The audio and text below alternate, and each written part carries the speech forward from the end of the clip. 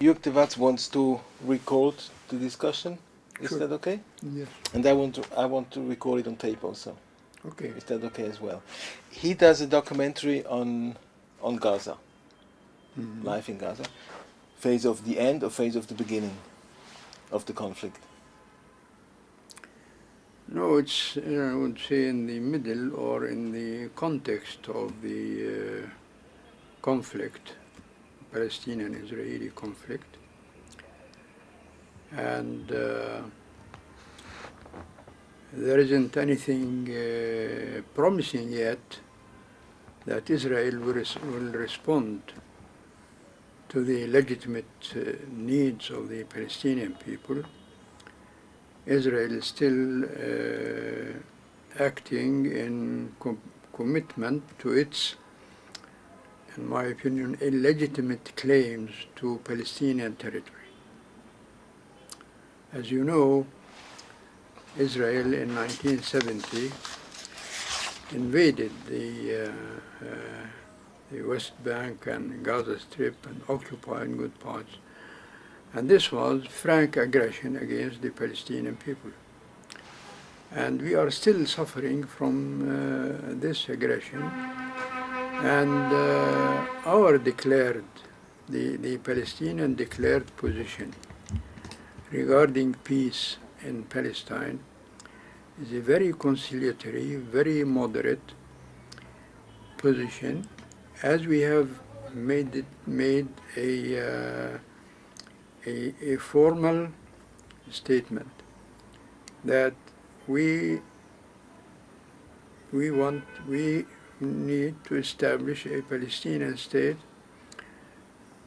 within the borders that existed in 1967, which represents less than 1/4 of Palestine. What more can we concede? Now Israel, rejecting this, occupied all of Palestine. Until now, they are and you know, established facts on the ground. I mean the settlements and all this. And so it's there for everybody to see that our request, our formal position that accepts a Palestinian state in less than 1/4 of Palestine, that's the borders of 1970, 67. it continued to be rejected by Israel. But now at least they're leaving Gaza. That's maybe the first step. Yeah. They never, you know, since the beginning, Zionism did not claim Gaza. I mean, we So, know they are not interested in Gaza. but they have been here for so many years. Yeah, and I mean, they use Gaza as a bargaining thing, but we know very well that they are not interested in Gaza. But they keep it as a bargaining chip regarding the rest of Palestine. But will it help the people of Gaza after, I mean, once the Israelis have left? Will it improve life? I hope. In which respect? How does it improve? Well, I think we are badly in need of organizational effort to establish priorities, to see that there is commitment to the general welfare and put an end to factional or personal Commitment by whom? ambitions. Commitment by whom? Commitment by all the political forces In Palestine? in Palestine, Or in Gaza? among the Palestinians. Yes. You know that there are several political factions, Fatah, the PFLP, the communists, all this. And certainly they have their You own... forgot Hamas. And Hamas. They have their own claims. And I think what we need is to realize unity among the Palestinian factions and establish dedication to the general welfare and put an end to factional aspirations and all this. Is this wishful thinking or is it on the way? I don't like it to be wishful thinking. When I express this, I implicate the need to support this in real action. We have been yesterday in Beit Lahia in the evening at the demonstration at the election campaign of Hamas. Yes. It was the most impressive demonstration, about 8,000 people, Yes. and I think the question is not if Hamas will win there, as in other places as well, but how big they will win. Yes. If it will be 80 or 90%. Yeah. And this happens in other places as well, and it may happen for the PLC elections as well. Maybe not 80%, but they may have they may be the biggest bloc. Does this frighten you, or what does it mean for you if you see that Hamas is winning? I'm not Hamas. I don't agree with Hamas ideology. But they seem to have the support of many people. Yes, because actually Hamas is more organized than the other parties, and maybe they are more serious about what they present, what they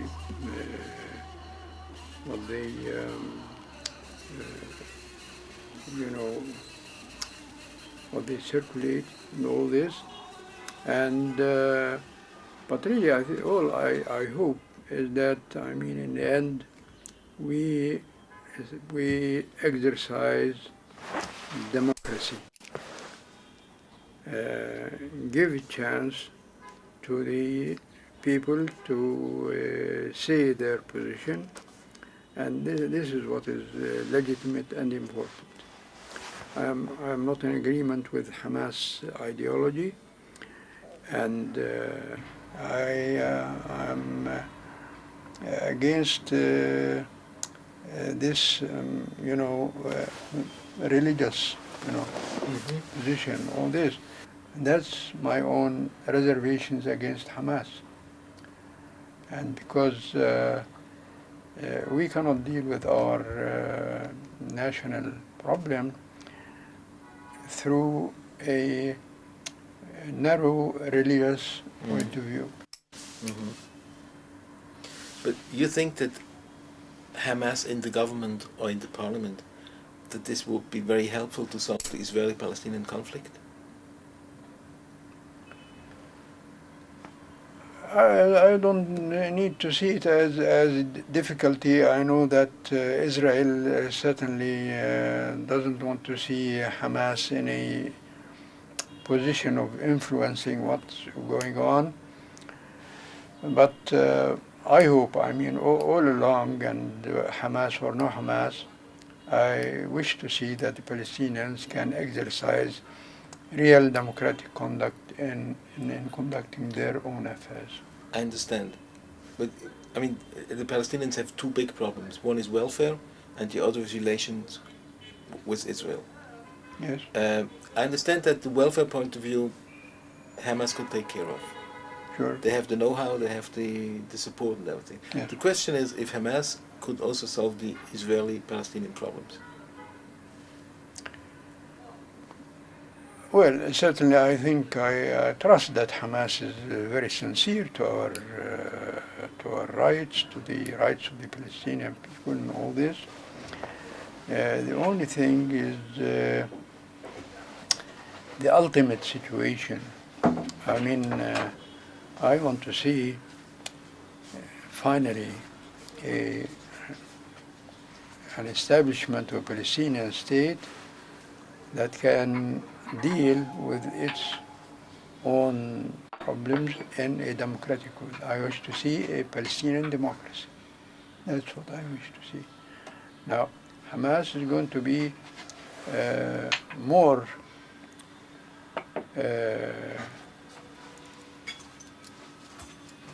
aligned towards a religious point of view. And this I don't agree with. What about the arms of Hamas?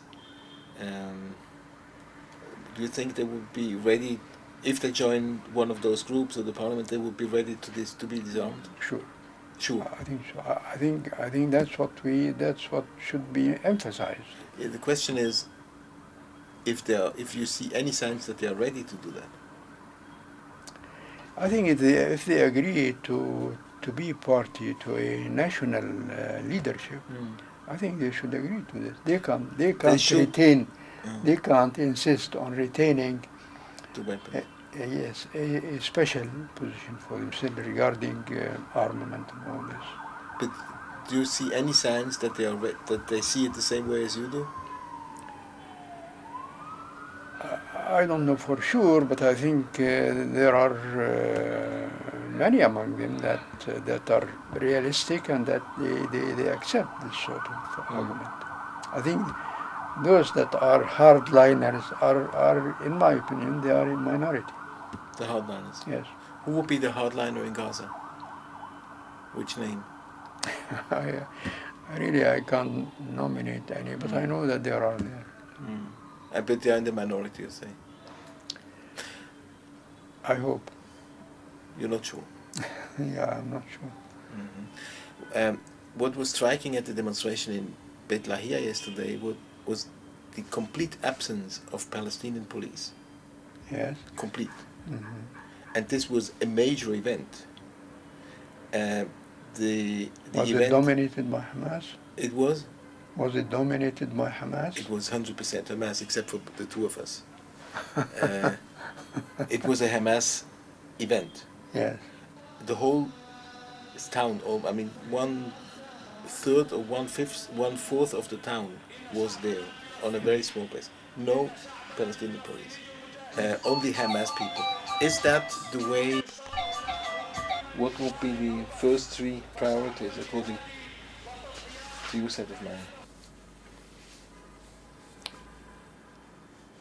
Well, I think the first priority that we need to establish is real organization. Put an end to factional ambitions and all this. Priority number two? Priority number two is real organization, to establish priorities in our defensive strife against Israeli aggression. And three? And three, we should attend to the needs. I mean, we should be sure that we are internally, that we are practicing democracy. Many people I talk to, also in the West Bank and also in the Gaza Strip, say that Abu Mazen is a disappointment. I think he's not giving enough concern to the real issues and emphasize them. What are the real issues? The ones you mentioned before? Yes. I think Abu Mazen should really try to establish a national consensus and not leave any chance for factional and personal ambitions. You keep stressing this. Yes. You're afraid that... Yeah, I'm afraid. I know very well that there are personal aspirations and factional aspirations. And this is what's worrying me. So the internal coherence is at risk. Yeah. That's what you're saying. Yes. The Israeli presence is the thing that is dampening personal aspiration, factional aspiration. So the same, by the way, could happen in Israel. Sure. And once Israel withdraws, then the world is free for people to come up with that, and that's where it is. Okay. Very sensitive. So the impression that actually the same people are still around is right, and the consequences are rather grave. I can't say that if we replace them with somebody, things are going to improve. We have to go through an organizational process, which is actually, adopting democratic principles to be able to benefit from whatever potential we have. We are plagued with personal and factional ambition. Our failure is to dedicate all our efforts to the general welfare. Who is the most ambitious person? It's not one person. I think naturally, everywhere you have personal ambitions, but the bad thing is where in a conflict between personal and general ambition, that you promote personal ambitions. We can remain eternally in a conflict. You don't think that's what's going to happen? Maybe that's.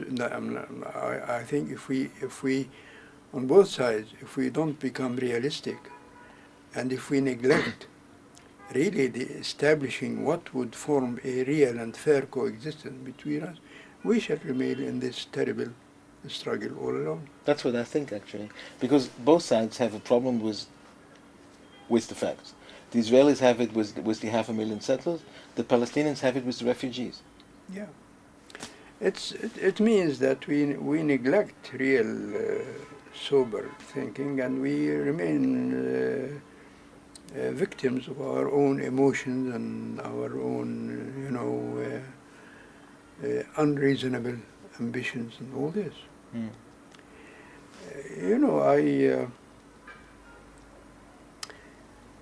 In my childhood, that is in the 20s. Where was it, by the way? My father was custodian of Muslim property in Hebron. Okay. At that time, there was a sizable Jewish community living in Hebron. And I remember, as a child, my father was caretaker of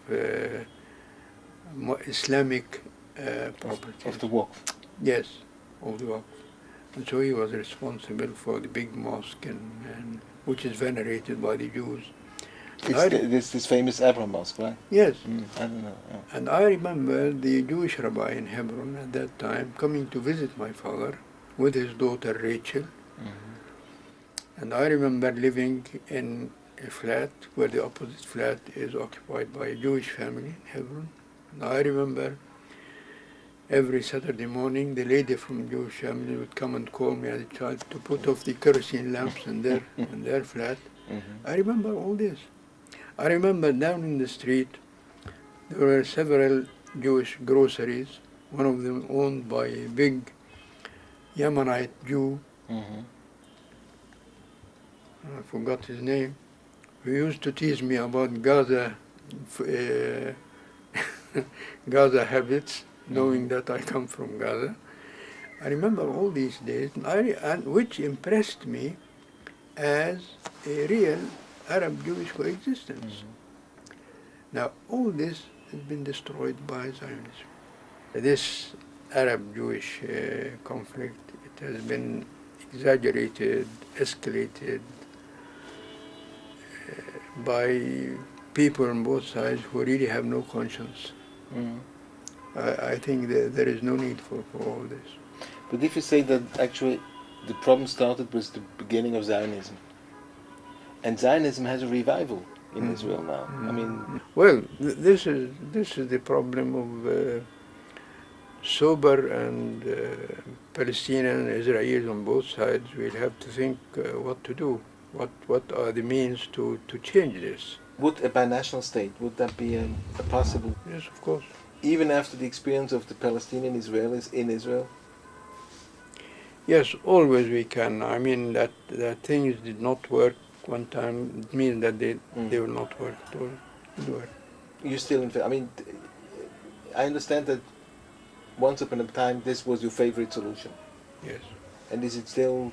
Yes. In my imagination is that majority of Palestinians would welcome this. Yes. You think so? Yes. All things are spoiled by politicians.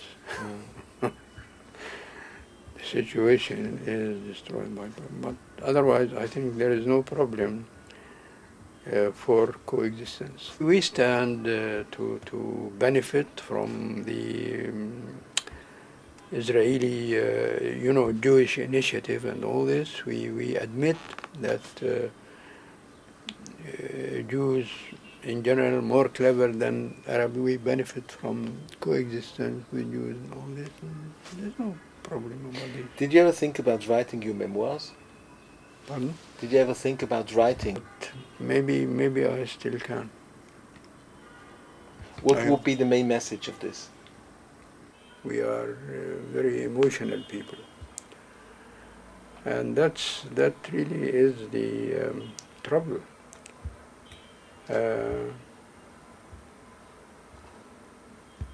Some of my best friends are Jews, and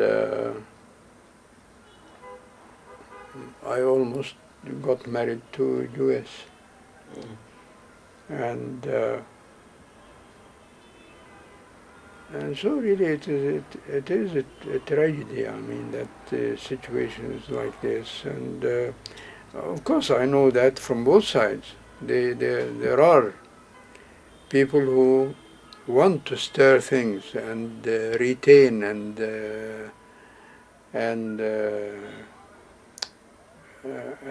emphasize this conflict, and this is of course bad and terrible. What will come up in the future, I think it all depends. If some new leadership emerges on both sides that will say enough for this conflict, and we have to find a way for real coexistence, all this, I don't know. I hope it will have. Certainly it will not be during my lifetime.